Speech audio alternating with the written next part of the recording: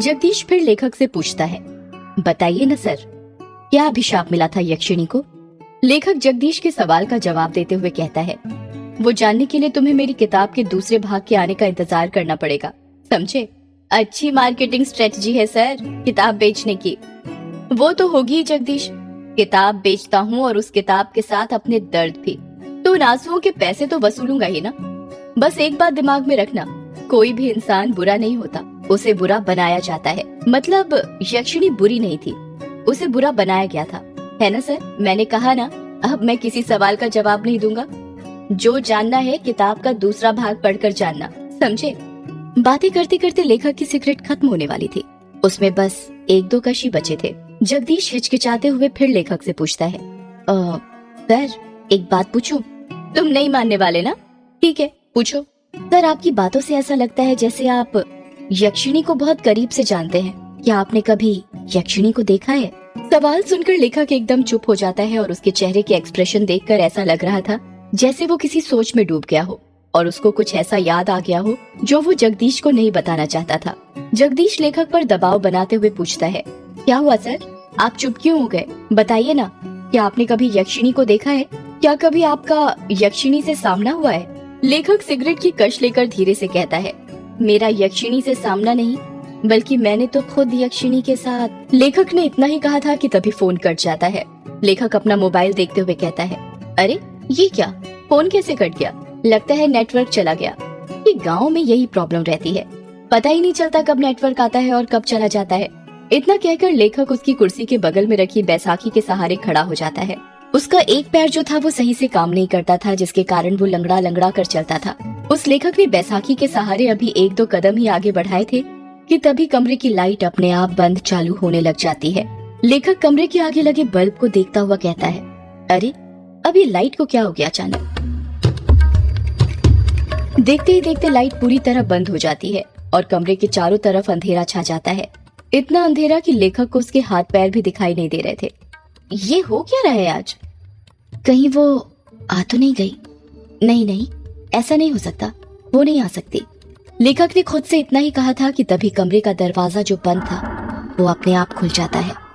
दरवाजे के बाहर से हल्की सी सफेद रोशनी आ रही थी। लेखक जल्दी जल्दी बैसाखी के सहारे दरवाजे के पास जाने लग जाता है। तभी कोई उसका पैर पकड़ लेता है और वो धड़ाम से नीचे गिर जाता है।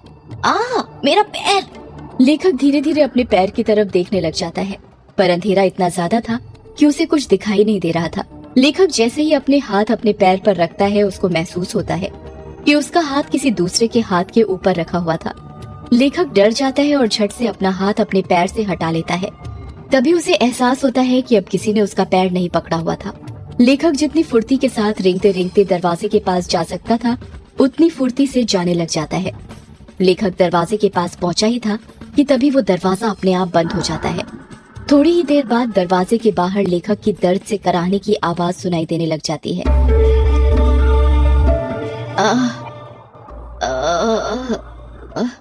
कौन हो तुम? मैं यक्षिणी, तेरी मौत। कुछ देर तक लेखक और यक्षिणी की बातें चलती हैं, पर उन दोनों की बातों की आवाज दरवाजे के बाहर नहीं आ रही थी। कुछ देर बाद लेखक की एक जोर से चीख सुनाई देती है। ये एक ऐसी चीख थी जो दिल को दहला कर रख दे। अगले ही पल दरवाजे के नीचे से लेखक का खून बहकर दरवाजे के बाहर आने लग जाता है। 13 साल बाद ट्रेन जो कि तेज रफ्तार के साथ पटरी पर भागी जा रही थी, ठीक उस तरह जिस तरह हमारी जिंदगी भागती है। पर कितना है, ट्रेन स्टेशन आने पर रुकती है, पर हमारी जिंदगी कभी नहीं रुकती है जब तक हमारी सांसें ना रुक जाएं। युग, जिसकी उम्र 26 साल, गोरा रंग, चेक शर्ट, ब्लैक पैंट पहनकर विंडो सीट पर बैठा हुआ था और अपने कानों में हेडफोन डालकर पॉकेट एफएम पर भूतिया कहानी मेघ एक श्राप सुन रहा था। कहानी सुनते ही युग विंडो के बाहर दिख रहे मेघालय के गारो पहाड़ की हसीन वादियों का मजा ले रहा था। वही गारो पहाड़ जिसका नामकरण तिब्बती तथा बर्मी जनजाति गारो पर हुआ था। गारो पहाड़ नीस चट्टान का बना हुआ था। पहाड़ों को चारों तरफ से सफेद बादलों ने घेर लिया था, जिन्हें देखकर ऐसा लग रहा था कि पहाड़ों ने बादलों की सफेद चादर ओढ़ कर रखी हुई हो। उन्हीं बादलों को देखते देखते युग की आंख लग जाती है। अभी थोड़ी देर पहले युग की आंख लगी ही थी कि तभी उसे एहसास होता है कि कोई उसका हाथ छू रहा था। कोई बार बार युग का हाथ पकड़कर हिला रहा था। युग बौखलाहट के साथ उठ जाता है और जब अपनी आंखें खोलता है तो देखता है कि उसके चेहरे के जस्ट सामने एक बुढ़े का चेहरा था जो बड़ी बड़ी आंखें करके उसे घूर रहा था। उस बूढ़े ने सफेद मटमैली सी धोती पहनी हुई थी। उसके हाथ पैर कंपकपा रहे थे। युग सोचने लग जाता है, पहले तो ये बूढ़ा मेरे सामने नहीं बैठा था, ये पूरी सीट खाली थी, अचानक कहां से आ गया। अगले ही पल युग खुद ही इस सवाल का जवाब ढूंढ लेता है और मन ही मन सोचता है, लगता है जब मेरी आंख लग गई थी तभी आकर बैठ गया था। युग गुस्सा करते हुए कहता है, ये क्या हरकत है बाबा? वो बूढ़ा खांसते हुए कहता है, माफ करना बिटुआ, पर क्या करूं, तुमसे कुछ काम था इसलिए तुम्हें उठाना पड़ा। युग हैरानी के साथ कहता है, क्या कहा? काम था आपको मुझसे? क्या काम था? वो बेटा, मुझे जानना था कि वक्त क्या हुआ है। ये बात सुनकर युग का दिमाग घूमने लग जाता है और वो गुस्से के साथ अपनी घड़ी में देखते हुए कहता है, 11 बजने वाले हैं। अच्छा, मतलब 1 घंटे बाद मेरा स्टेशन आ जाएगा। युग कुछ जवाब नहीं देता और उस बूढ़े को घूरने लग जाता है। वैसे बिटुआ, तुम कहाँ पर जा रहे हो? युग उस बूढ़े के सवाल का जवाब देते हुए कहता है, वो मेहंदी पथार जा रहा हूँ। मतलब तुम भी मेहंदी पथार जा रहे हो? युग उस बूढ़े के सामने उंगली करते हुए कहता है, मतलब आप भी? हाँ बिटुआ, चलो अब सफर आसान हो जाएगा। जब कोई बात करने वाला मिल जाता है तो सफर जल्दी कट जाता है। तुम मेहंदी पथार में कहाँ जा रहे हो? मेहंदी पथार से 5 किलोमीटर दूर ही बंगला मुडा गाँव है ना, वहीं पर जा रहा हूँ। बंगला मुडा में तुम्हारे रिश्तेदार रहते हैं क्या? नहीं, बंगला मुडा गाँव में तो नहीं, पर रोंका मुचा गाँव में रहते हैं। अरे ये क्या बात हुई बेटा, जब तुम्हारे रिश्तेदार रोंगका मुचा गांव में ही रहते हैं तो फिर तुम बंगला मुडा गांव क्यों जा रहे हो? इस सवाल को सुनकर युग खामोश हो जाता है। ऐसा लग रहा था जैसे उस बूढ़े ने युग की दुखती नब्ज पर हाथ रख दिया था, कुछ ऐसा पूछ लिया हो जिसका जवाब वो शायद अपने आप को भी नहीं देना चाहता था। बूढ़ा अपनी बात को आगे जारी रखते हुए कहता है, चलो नहीं बताना तो मत बताओ, बंगला मुडा में कहाँ रुकने वाले हो? बंगला मुडा गांव के बाहर जो ग्रेवयार्ड कोठी पड़ती है ना, उसमें ही रुकने वाला हूँ। वो बूढ़ा हैरानी के साथ कहता है, वो अंग्रेजों की जमाने की कोठी जिसे कब्रिस्तान पर बनाया गया था? हाँ वही ग्रेवयार्ड कोठी, पर वो तो पिछले 13 साल से बंद है ना? हाँ बंद है, पर अब नहीं रहेगी। मैं आज रात ही उस कोठी को खोल दूंगा। नहीं बिटुआ, ऐसा मत करना। तुम्हें उस ग्रेवयार्ड कोठी के बारे में पता नहीं क्या? क्या नहीं पता? आप साफ साफ कहेंगे क्या कहना चाहते हैं? अगर तुम बचपन में उस गांव में रहे हो तो ये तो पता ही होगा कि यक्षिणी किश्नोई नदी के पास भटका करती थी। युग उस बूढ़े की बात का कुछ जवाब नहीं देता है, वो गौर से उसकी बातें सुन रहा था। वो बूढ़ा अपनी बात को आगे जारी रखते हुए कहता है, तुम्हें पता है उस यक्षिणी के 1 नहीं 2 ठिकाने थे, पहला किश्नोई नदी और दूसरा ग्रेवयार्ड कोठी। युग हैरानी के साथ कहता है, क्या कहा? ग्रेवयार्ड कोठी? हाँ ग्रेवयार्ड कोठी। गांव के लोगों ने कई बार यक्षिणी को ग्रेवयार्ड कोठी के पास भी भटकते देखा था। यक्षिणी हर पूर्णिमा और अमावस्या की रात मर्दों के साथ संभोग करके उनके दिल का खून चूस कर उन्हें मार दिया करती थी। इसका मतलब पापा ने बचपन में जो कहानी मुझे सुनाई थी वो कहानी नहीं बल्कि हकीकत थी। बिटुआ, किस कहानी की बात कर रहे हो तुम?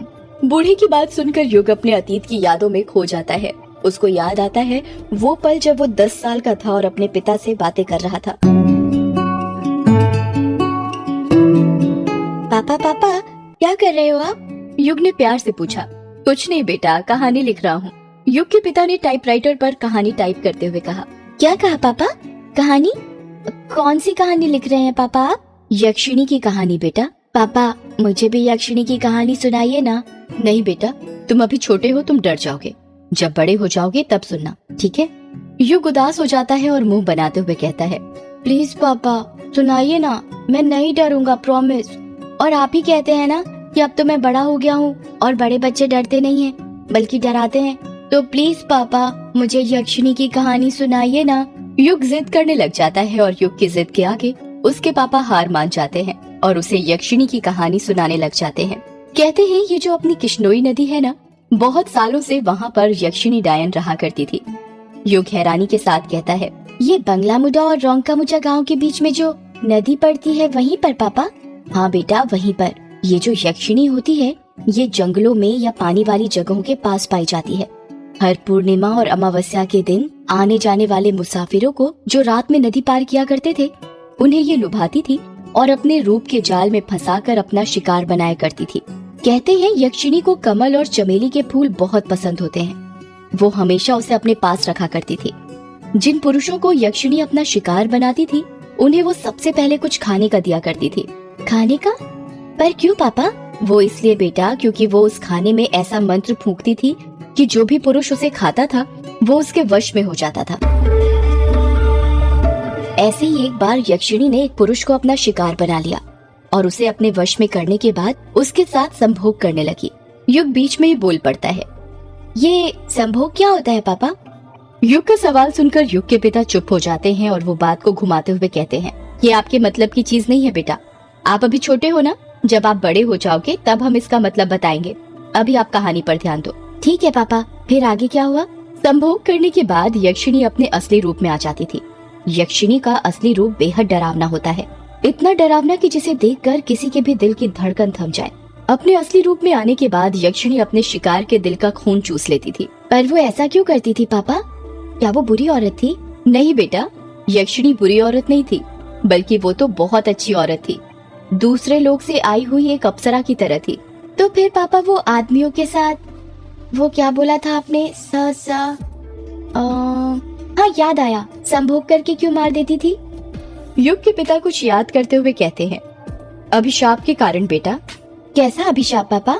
बेटा वो अभिशाप ये था कि युग के पिता ने इतना ही कहा था कि बाहर के कमरे से युग की माँ की आवाज सुनाई देती है, युग बेटा, ओ युग बेटा, चलो आओ खाना खा लो, खाना बन गया है। युग अपनी माँ को मना करते हुए कहता है, नहीं माँ, मुझे अभी खाना नहीं खाना है, मैं पापा से कहानी सुन रहा हूँ। क्या कहानी सुन रहे हो? तुम्हारे पापा को कहानी लिखने और सुनाने के सिवा और कुछ आता भी है? जब देखो दिन भर कहानी लिखते रहते हैं। खुद तो बिगड़े हुए हैं ही, तुम्हें भी बिगाड़ने पर तुले हुए हैं। चलो जल्दी आओ खाना खाने, मैंने खाने की थाली बना ली है तुम्हारे लिए। नहीं माँ, मैं नहीं आ रहा, कहानी खत्म होने के बाद ही आऊंगा। क्या कहा? नहीं आ रहे? लगता है मुझे ही आना पड़ेगा। रुको अभी बेलन लेकर आती हूँ, तभी तुम मानोगे। पायल की बजने की आवाज सुनाई देने लग जाती है। ऐसा लग रहा था जैसे युग की माँ युग के कमरे की तरफ आ रही हो।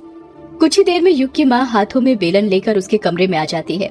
युग को उसकी माँ का चेहरा दिखाई नहीं दे रहा था, क्योंकि उसकी बचपन की यादों से उसकी माँ का चेहरा मिट चुका था। उसे नहीं पता था कि उसकी माँ कैसी दिखती थी। उसको उसकी माँ की बातें तो सारी याद थी, पर उनका चेहरा नहीं। युग की माँ उसका कान पकड़ते हुए कहती है, तो क्या कह रहे थे बेटा तुम, कि तुम्हें खाना नहीं खाना? जरा एक बार और बोलना। युग चीखते हुए कहता है, अरे माँ कान छोड़िए, दर्द हो रहा है। माँ कान छोड़िए, कान तो छोड़िए आप माँ, दर्द हो रहा है माँ।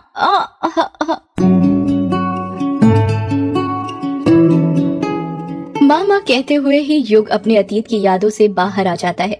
जब युग अपनी आंखें खोलता है तो देखता है कि उस बूढ़े ने उसका हाथ पकड़ा हुआ था और उसे हिला हिला कर पूछ रहा था, अरे ओ बिटुआ, कहाँ खो गए? ठीक तो हो तुम? और ये मामा क्यों बोल रहे हो? अरे बिटुआ। युग बूढ़े की बात का जवाब देते हुए कहता है, कुछ नहीं बाबा, ठीक हूँ मैं तो डर ही गया था। युग बूढ़े की आंखों में देखते हुए कहता है, बाबा एक बात पूछनी थी आपसे, क्या वो यक्षिणी अभी भी मर्दों को अपना शिकार बनाया करती है? सदियों से है पुरानी ये है यक्षिणी की कहानी। यक्षिणी एक आग है, यक्षिणी तेरा ख्वाब है।